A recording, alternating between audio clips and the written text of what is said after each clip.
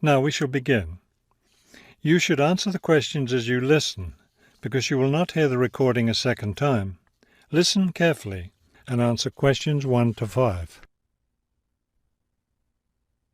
Hello, I'm Mrs. Phillips, the head librarian. You're the new library assistant, aren't you? Yes, I'm Robert Haskell, but please call me Bob. All right, Bob. Let me take a few minutes to explain how the library works and what your duties will be. First, the library opens at 8:30 in the morning, so naturally we expect you to be here and ready to work by then. Of course. And you can go home at 4:30 when the library closes. Now, let me explain where everything's kept. It looks like here on the ground floor is where the reference books are. Yes, that's right. Up on the second floor is where the adult collection is, both fiction and non-fiction. And the children's books are there too, aren't they? I thought I saw them in the room by the stairway. No, those are magazines and newspapers for adults. Children's books are up one more flight on the third floor. We'll take a look at them later. Let me show you how we organize our work. Do you see that brown book cart over there? The one by the door? Yes, that one. Those books have been checked in and need to go back on the shelves. Okay, so the brown book cart has books to reshelve. What about this black cart by the desk? Those books have torn pages or damaged covers.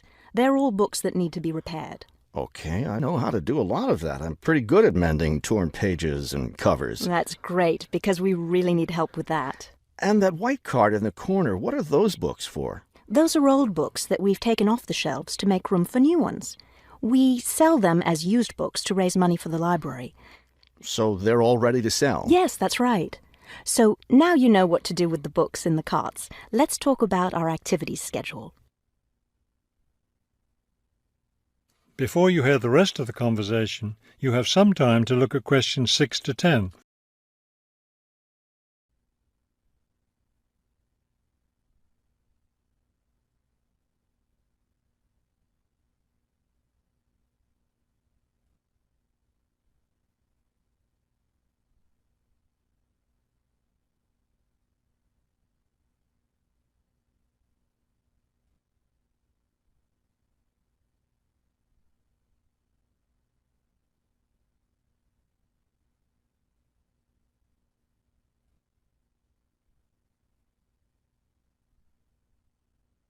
Now listen and answer questions 6 to 10. I understand this library has a number of interesting activities every week. Yes, our activities are quite popular. The most popular one is story time for the children. Do a lot of children show up for that? Yes, a good many. It takes place in the children's room on Thursday mornings at 11. Isn't there a family movie night too? Yes, but it's not at night anymore. We used to have family movies on Fridays when the library is open until 9, but now we have a different activity at that time, so we had to switch family movies to the weekend, Saturday afternoon. How much do you charge for the movies? They're all free. The movie always starts at 2:30 in the reference room, but you don't have to worry about that since you don't work on weekends. And what takes place on Friday evenings? We've just started a weekly lecture series. We have a different speaker every week, and the lectures cover all different kinds of topics. That sounds like something I'd be interested in attending. Good, because we'll need your help with that. You'll be working Friday evenings, and one of your duties will be to set up the meeting room on the first floor for the lecture. What time will you need that done? Let's say by 6:15. The lecture starts at 6:30, and the room needs to be ready well ahead of time. A lot of people arrive early. Maybe I should have the room ready by 6? That wouldn't be a bad idea. Okay, why don't I take you upstairs and show you the rest of the collection? That is the end of part 1. You now have half a minute to check your answers.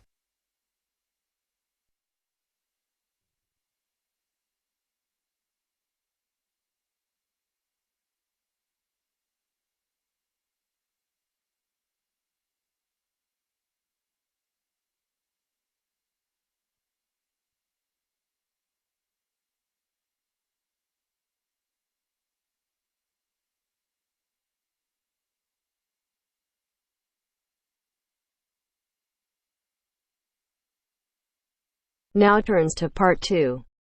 Part 2. You'll hear 3 university students talking about a presentation which one of them has to give. First, you have some time to look at questions 21 to 24.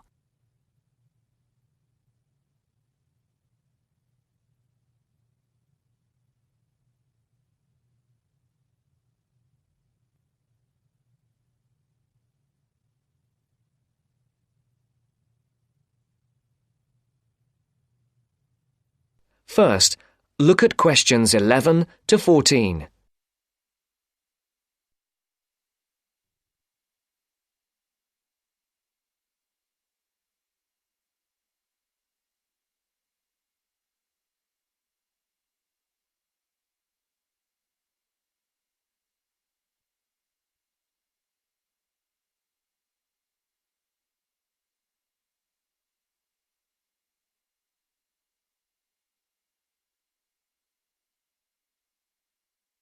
Listen carefully.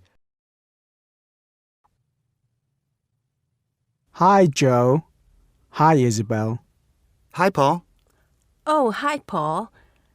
I've heard you've been stressing out about your presentation on art. I am. Are you still going to talk about the different types of art? Yes. Well, I was planning to, but there's so much stuff on the subject that I'm finding it difficult to put it all into one short presentation. Huh? I usually have the opposite problem. There's nothing worse than going blank, forgetting your words in front of a group of people. Well, the problem is that I don't know how to organize what I want to say in the presentation. Well, you know everything there is to know about the subject. It's just a question of selecting what you want to talk about. Well, there's a lot to discuss about the different periods in art. That's a good way to start. Then you can bring in how specific types of art were popular in each period. Yes, like how sculpture was popular in the classical period and paintings were popular in the Renaissance period. And how now a wide variety of media are used to create modern art. As long as you keep it concise, because it's a large area, there's so many periods and movements in art, and you don't want to just list them one by one. I agree. An explanation of the movements and periods in art wouldn't be too long. You're right. I need to just pick out some key points. Just mention the periods quickly so that I can move on to the real topic of the presentation. Yes, the variety of art, like sculpture, paintings, installations. I have an idea. Why don't you prepare a timeline to show to the class? That would be a nice visual, and it would focus your ideas so you don't get too sidetracked. Great idea. It would certainly cut down on time. Right then, where are we? You'll begin with a very short introduction to the historical periods of art. Then, you'll talk about popular types of art within these periods. That's sorted. Maybe you could also mention some key works of art in each period, like the Venus de Milo statue or the Scream by Edvard Munch, and give some interesting facts on them. That's not a bad idea, because it does give people a frame of reference when I talk about specific kinds of art. After giving a historical context, I should really talk about different forms of art, shouldn't I? Yes, you should. After that, you can conclude with a question on what is considered to be art. Now, that would be really interesting. Yes, comparing the traditional views of art with modern views. Exactly. I think I'll have a collection of pictures, including famous pieces of art from classic to modern, projected on the wall, like the Mona Lisa, and some pop art, and ask people whether they think it's art or not. Before the broadcast continues, look at questions 15 to 20.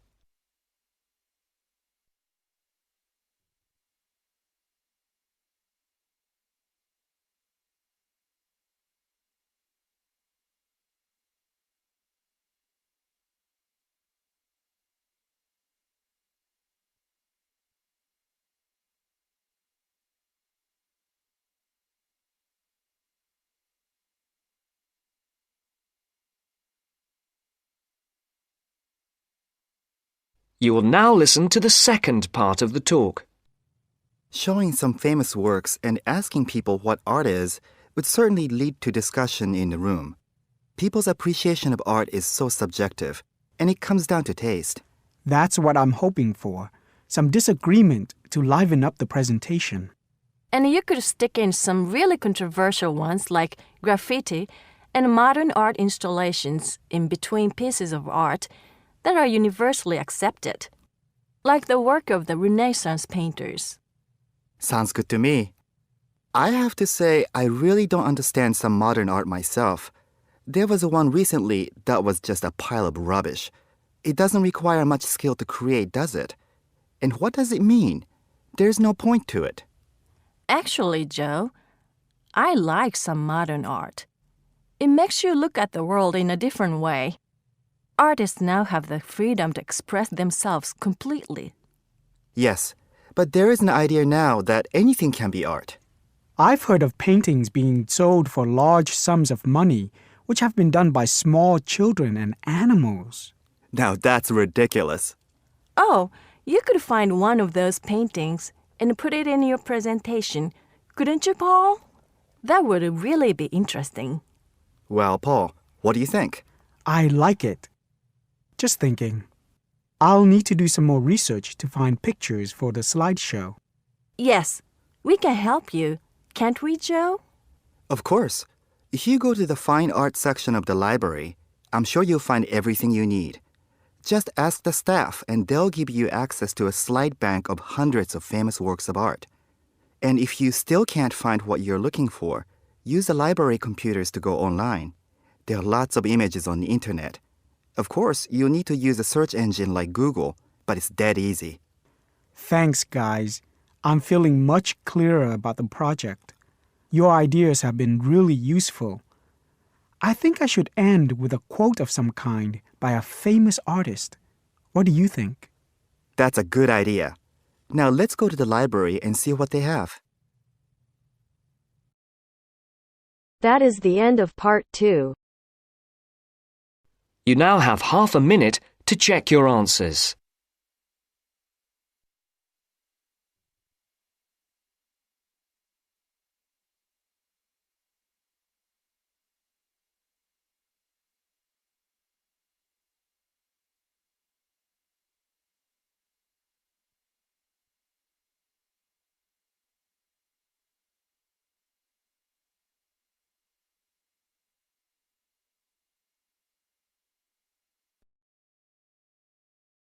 Now turns to part 3.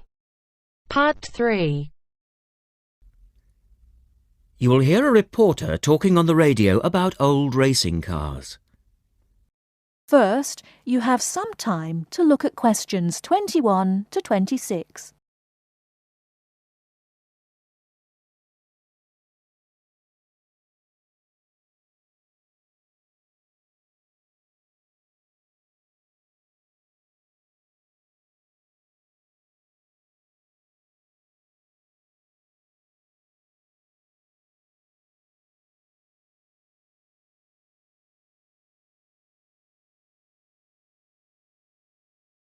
Now listen carefully and answer questions 21 to 26.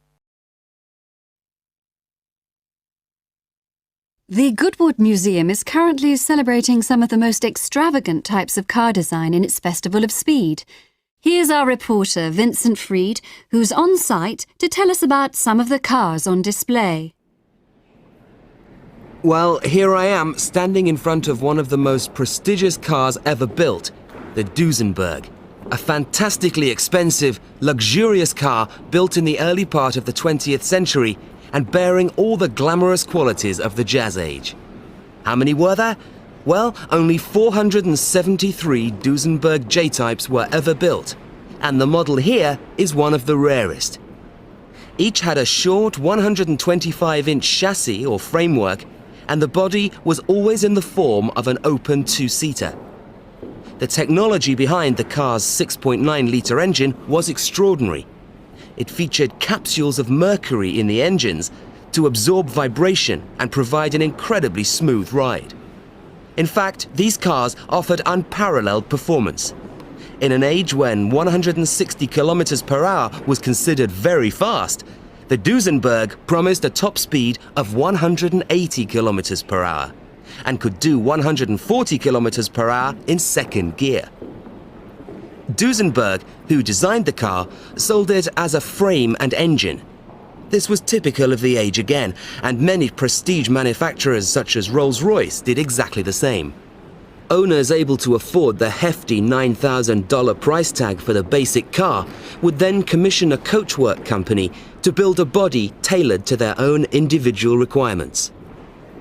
The Duesenberg's great attraction for the driver was its instrument panel, which offered all the usual features but also several others, including a stopwatch.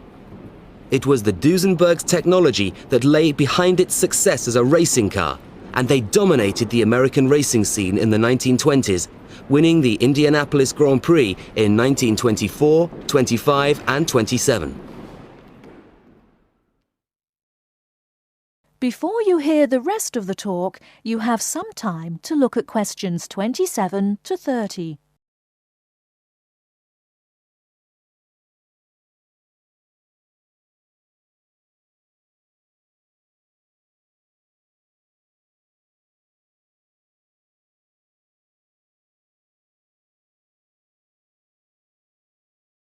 Now listen and answer questions 27 to 30.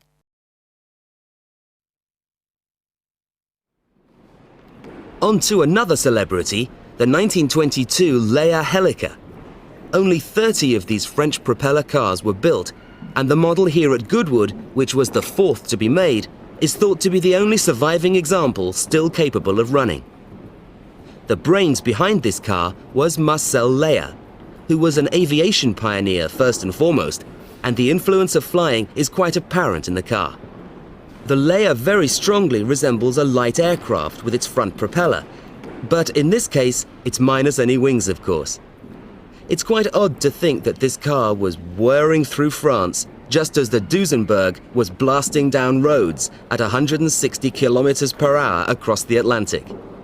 The Leias were used regularly in France in the 1920s and were even produced in saloon and van form, as well as two-seater. The Leia matched its propeller drive with its equally bizarre steering, which used the rear rather than the front wheels. But despite looking rather frail, it was a tough machine. In fact, when troops tried to steal it during the Second World War, the car's baffling design was clearly beyond the would-be thieves, and it ended up being driven into a tree, breaking the propeller. And now for the Firebird. This extraordinary car was first... That is the end of part 3. You now have half a minute to check your answers.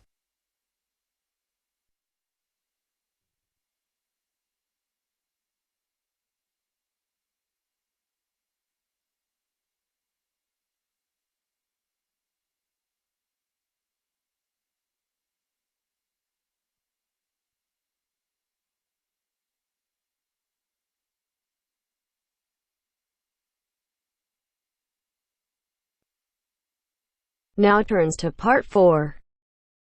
Part 4. You'll hear a man giving a lecture on nuclear fusion.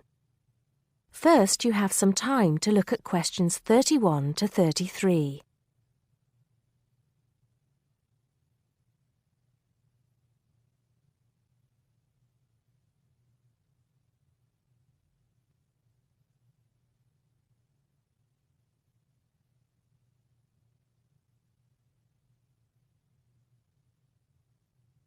Now listen carefully and answer questions 31 to 33. I'd like to start by thanking so many of you for attending this, my first public lecture at this magnificent university. I'm going to be talking to you today about nuclear fusion.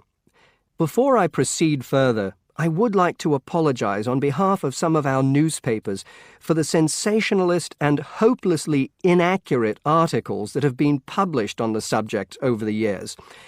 I must confess that my own interest in the subject was actually stimulated by an article published more than 50 years ago in a popular Sunday tabloid with the impressive title, Power from the Sea. Today, most people would probably interpret such a title as an introduction to a discussion on the latest developments in renewable energy sources, such as wave technology or generating electricity from tidal flows. But back then, little, if any, progress had been made in these fields since the invention of the water wheel. As I recall, following coverage of the opening of the world's first commercial nuclear power station, more than 50 years ago now, at Calder Hall in 1956, the article promised that we would have limitless, almost free electricity within 10 years. It claimed that we could do this using an isotope of water, deuterium, from the sea. This would be used in reactors to combine simple molecules of hydrogen to form helium, releasing energy in the process. Of course, this is different from the process of nuclear fission, which today's nuclear reactors use. I wouldn't like to say that the article I read as a boy was totally inaccurate. It's true that the concept of producing energy from nuclear fusion, essentially reproducing the reactions by which our sun and other stars produce energy, depends on fusing atoms of hydrogen, but the timescale suggested was hopelessly wrong. To this day, despite some very embarrassing false claims from scientists who should have known better, we have not been able to produce energy from nuclear fusion in a controllable way. Let me make clear what I mean by this statement, before some journalist in the audience gets hold of the wrong end of the stick. Yes, we have been able to fuse hydrogen atoms to produce helium and a release of energy, but the balance account has always been negative. We've always had to put more energy into the reaction than we've ever succeeded in getting out. We know the theory works, but we still do not know if we can get fusion to work for us and solve the problem of our energy needs. Before you hear the rest of the talk, you have some time to look at questions 34 to 40.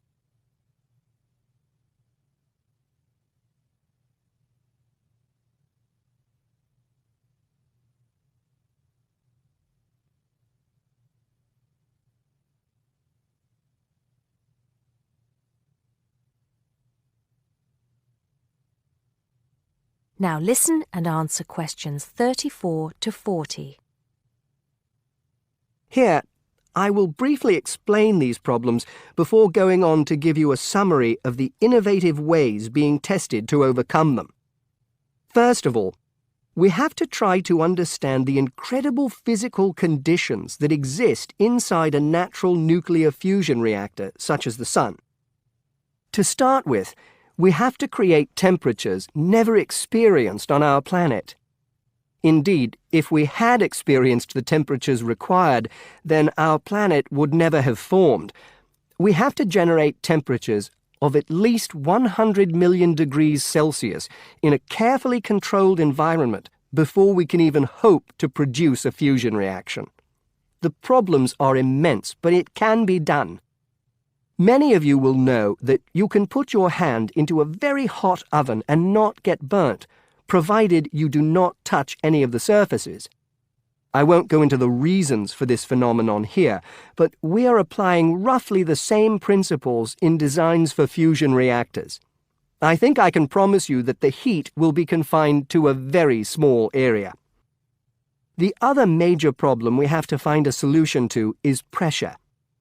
The pressures in a massive body like the Sun are vast, and this is what brings the hydrogen atoms into such close proximity to one another that they fuse into helium.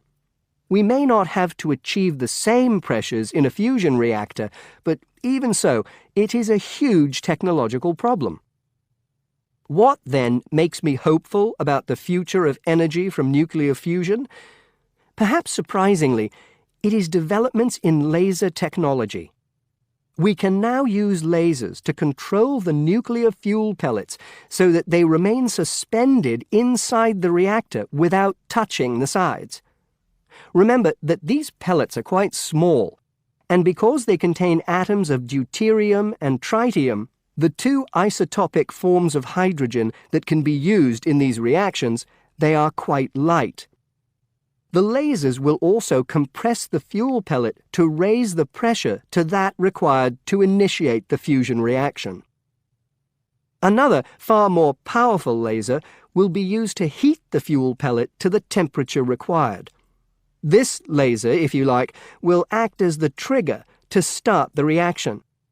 Once started, it is hoped that the reaction will produce enough energy to maintain itself, and also that it will produce a surplus in the form of heat that can be used to produce the steam needed to drive turbines in order to generate the electricity the world needs.